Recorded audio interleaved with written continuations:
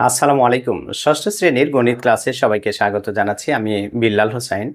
অনুশীলনী ৫ এর আজকের পঞ্চম পর্বে তোমাদের সবাইকে স্বাগত জানাচ্ছি। যারা ক্যাডেট কলেজ ভর্তি পরীক্ষায় অংশগ্রহণ করতে যাচ্ছ তাদের জন্য ক্লাসটি অত্যন্ত গুরুত্বপূর্ণ। চলো শুরু করা যাক আজকের ক্লাস।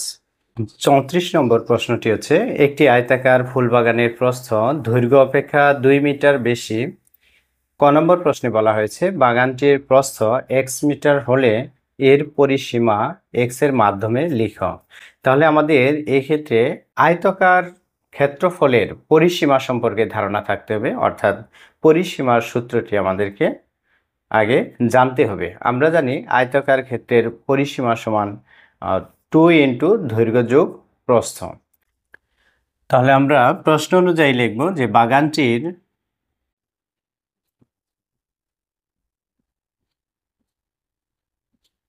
প্রস্থ এটি দেওয়া আছে x মিটার। প্রশ্নে বলা হয়েছে যে দৈর্ঘ্য প্রস্থ অপেক্ষা 2 মিটার বেশি হবে, অতএব বাগানের দৈর্ঘ্য, তাহলে x এর সাথে আমাদেরকে 2 মিটার যোগ করতে হবে, x প্লাস 2 মিটার। এবার আমরা বাগানের দৈর্ঘ্য পেয়েছি এবং প্রস্থ পেয়েছি। তাহলে বাগানের পরিসীমার ক্ষেত্রে আমরা জানি আয়তাকার বাগানের পরিসীমা সমান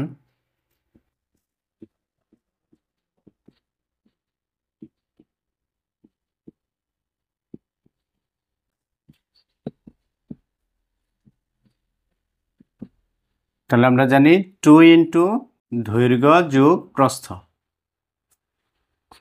দৈর্ঘ্য যোগ প্রস্থ।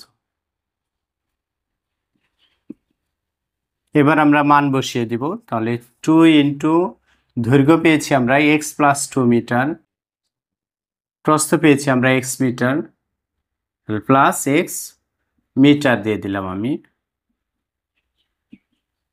ইকুয়াল 2 ইন্টু, এখানে যদি আমরা যোগ করি তাহলে হয় 2x প্লাস 2, এদিকে হচ্ছে মিটার আছে, মিটার লিখলাম আমি, সমান, তাহলে আমরা যোগ করলে পাচ্ছি 2 দুগুণে 4 অর্থাৎ 4x, প্লাস এখানে হচ্ছে 2 দুগুণে 4, 4 মিটার। এবার আমরা 4 কমন নিয়ে নিচ্ছি এখানে, তাহলে পাচ্ছি আমরা 4 কমন নিলে x প্লাস 1 মিটার। আমাদের বলা হয়েছে x এর মাধ্যমে বাগানের পরিসীমা প্রকাশ করতে, আমরা x এর মাধ্যমে বাগানের পরিসীমা পেয়েছি, অর্থাৎ এটি ক নম্বরে উত্তর হবে। খ নম্বর প্রশ্নে বলা হয়েছে বাগানটির পরিসীমা 36 মিটার হলে এর প্রস্থ কত। প্রস্থ আমরা ধরেছিলাম, পেয়েছিলাম x মিটার, তাহলে x এর মান আমাদেরকে বের করতে হবে। তাহলে শুরুতে আমরা লিখে নিব যে ক হতে পায়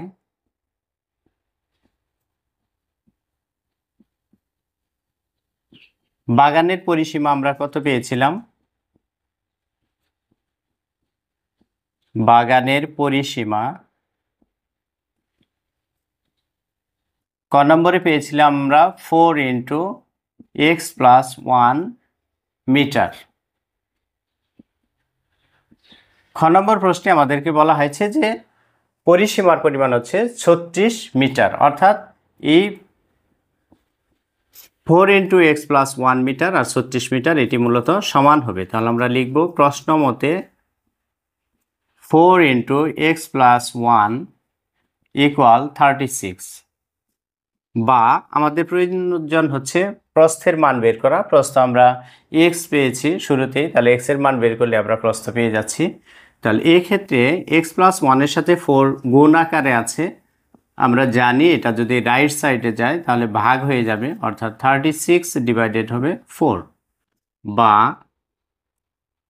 x প্লাস 1 ইকুয়াল 4 নং 36, তাহলে হবে 9, বা x ইকুয়াল পাচ্ছি আমরা, এখানে প্লাস 1 আছে x এর সাথে, এই পাশে গেলে হবে -1, অতএব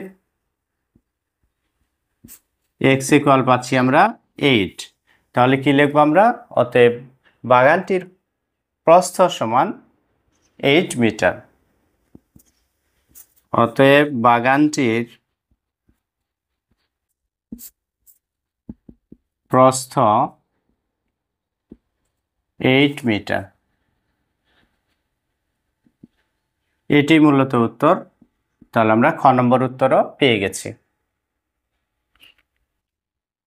34-এর গ নম্বর প্রশ্নে বলা আছে বাগানটি পরিষ্কার করতে মোট 320 টাকা খরচ হলে প্রতি বর্গ মিটার পরিষ্কার করতে কত খরচ হবে।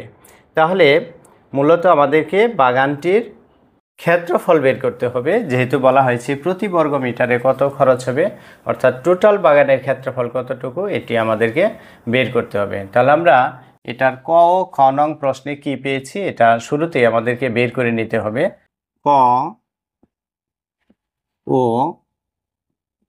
খ নং হতে প্রাপ্ত। ক খ নং হতে আমরা কি পেয়েছি? আমরা পেয়েছি বাগানের প্রস্থ পেয়েছি আমরা 8 মিটার। দৈর্ঘ্য বলা ছিল ক নঙে যে x+2 মিটার, এবং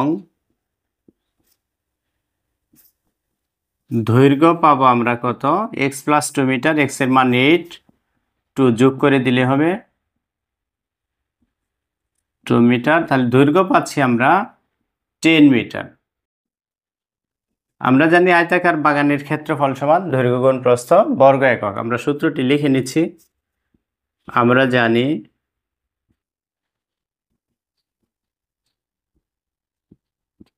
আয়তাকার বাগানের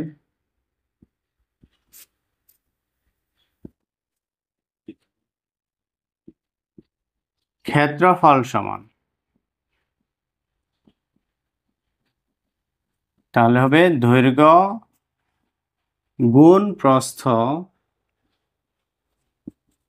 এদিকে লিখব বর্গ একক। মান বসিয়ে দিয়ে আমরা দৈর্ঘ্য পেয়েছি আমরা 10 মিটার, গুণ প্রস্থ পেয়েছি 8 মিটার। তাহলে এখানে আমরা লিখব বর্গ মিটার। তাহলে অর্থাৎ ক্ষেত্রফল পাচ্ছি আমরা 80 বর্গ মিটার। এবার আমরা কি লিখব? যে প্রতি বর্গ মিটারে কত খরচ হয়। প্রশ্নে বলেই দেয়া হয়েছে যে 80 বর্গ মিটারে, অর্থাৎ মোট খরচ হয়েছে 320 টাকা। তাহলে আমরা লিখব 80 বর্গ মিটারে খরচ হয় প্রশ্ন মতে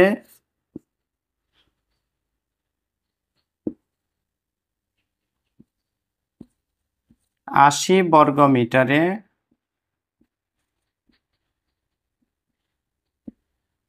খরচ হয় 320 টাকা। তাহলে প্রতি বর্গ মিটারে কত খরচ হয়, অর্থাৎ 1 বর্গ মিটারে খরচ হয়, আমরা ভাগ দিব 320 ডিভাইডেড হচ্ছে 80 টাকা। 4 8 32, অর্থাৎ প্রতি বর্গ মিটারে খরচ হয় 4 টাকা। তাহলে উত্তর হচ্ছে প্রতি বর্গ মিটারে খরচ হয় 4 টাকা।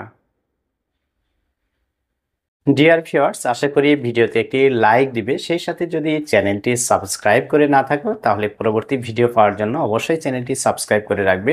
সবাইকে অসংখ্য ধন্যবাদ জানিয়ে আজকের মতো এখানেই ক্লাস থেকে বিদায় নিচ্ছি। আল্লাহ হাফেজ।